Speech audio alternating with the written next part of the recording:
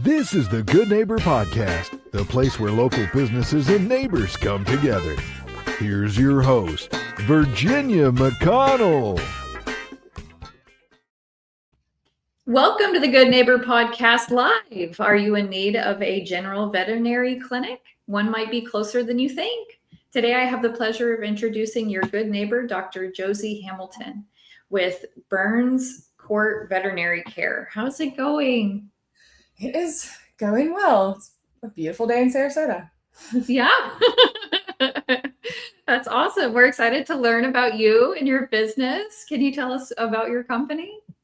Yeah, absolutely. So we're just a small animal, companion animal, general practice in downtown. And we just really focus on the pet's experience and being like practicing really high quality medicine, but with a big focus on like fear-free and positive pet veterinary experiences. Awesome. How did you get into that? I've always been loved like science and medicine, and of course we all love animals. Yay. Yeah. But I will also say that I've dealt with and just lived with anxiety and depression for much of my life, and spending time with my pets and my animals has always been like incredibly grounding and therapeutic for me. So then I realized, like, I mean, we know all the studies about blood pressure and, you know, your pet and like living longer if you have a reason to get up in the morning and take your dog out and things like that. So I kind of decided to turn that around and say, like, okay, like they provide me with so much therapy and I get to kind of come to work and like get my own therapy while I'm helping those guys. So it was a big deal and really important to make sure that I can take care of those pets that do provide such important help for us, and do it in the most gentle and least fearful and terrible way possible. Oh, I love that. And how did, what are some myths or misconceptions in your industry? So I would say the first one, of course, is especially being fear-free, is that like going to the vet is often a traumatic or kind of terrible, stressful experience for the pets. And I mean, if we're honest, like, yeah, that is not terribly out of, out of the line of what those experiences were, 10, 15, 20 years ago, when we weren't focusing on like, yes, we need to get this set of things done, these vaccines, this blood work, whatever done. But to get that done, how does that pet feel about you poking and prodding and, doing things that maybe they're a little painful, they're a little uncomfortable, they're important and they need to get done. But can we do that in a less stressful way? And that's really like, yes, we can. They can be stressful, but there's a way that we can do it that lessens that stress. And I think one of the like best comments that we get fairly routinely, because especially since we have a lot of like snowbirds that come back and forth, that they, say like, man, like I've had 9 dogs and like this is the first dog that like they run to your door to come inside. They're happy to be here when they get here. We don't have to drag them in. We don't have to like carry them in. Like they want to be here. They're excited.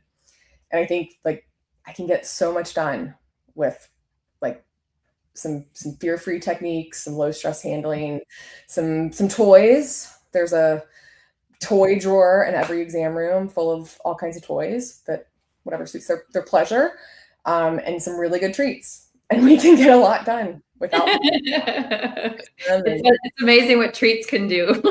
Some treats and toys. Man, I can get a lot done with some cheese. Yeah. You can get a lot done. And so we know that marketing is the heart of every business. Who are your target customers and how do you track them? I think our target customers and clients are people that think of their pets as their children, as their family members. Like I frequently talk about like pet parents kind of thing. And if that's not your jam, that's totally cool. No big deal. But then like we may not be the right vet because we are very focused on like what's going on with your pet in their whole life, not just right now. How do we make that better moving forward? And so yeah, you don't want to hear my spiel about like, does Sophie feel, comfortable in her home? And if that's what you're doing, that's totally cool. But if you want your pet to love your vet and build a relationship with them lifelong and have it be positive and supportive, that's who we're looking for. And that's who we try to help. Awesome. And so have you ever thought about doing your own podcast? I've thought about it because there are a lot of important things, and like I think I have some interesting, good perspectives on some aspects of veterinary medicine that maybe others don't. But man, it's a lot. It's a lot to I congratulate you, but my plate is full right now. Well, thank you. What outside of work, what do you do for fun? More work, a little bit. More. Yeah. I mean, we're relatively new, so we had our 3-year anniversary in March. So, oh, congratulations! Yeah, so it just happened. But with that, we're still very new and trying to figure out like exactly how we make this work and grow and all of that kind of stuff. So it's still a baby that needs lots of attention. Yes. Which is wonderful, but it's taking up a lot of my time, which is fine. Yeah. Otherwise, I do a lot of we're in Sarasota. I love the beach. I love swimming, hanging out with my dogs, walking down by the bay, like all of that kind of stuff. Paddleboarding, kayaking, all that kind of thing. All the nature things. All the nature things. Yeah. Okay, Dr. Hamilton, can you tell our listeners one thing they should remember about Burns Court veterinary care? I think that here it's a long-term relationship. We frequently talk about, especially with the fear-free aspect of things, like push comes to shove, like if we have a fearful pet, we can get done what we need to get done. And that's how most vet clinics have practiced the whole time. But what I try to relay to owners and just remind them is like, yes, we can get that done once today and we'll get it done. No problem.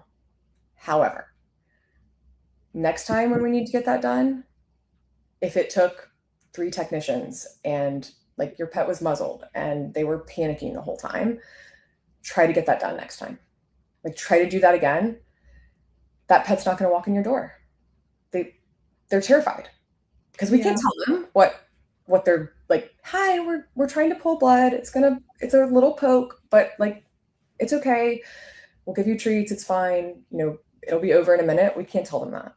Right. So that's a big part of it of like, okay, let's take a step back. Yes, we need to get these things done that are important, but they're not urgent or emergent. How do we figure out how to get those done without terrorizing your pet? And let's do that.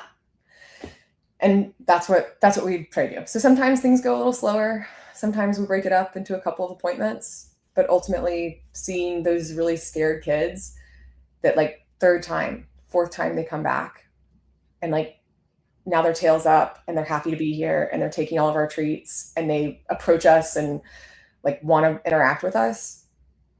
That's why we're doing it. Because we want them to continue that and still be happy to see us in 10 years. And we want to see you in 10 years because that's important to us. Okay. Well, how can our listeners learn more about Burns Court veterinary care? There is of course, we have a website. It's B as in Burns, C as in Court, vet.org.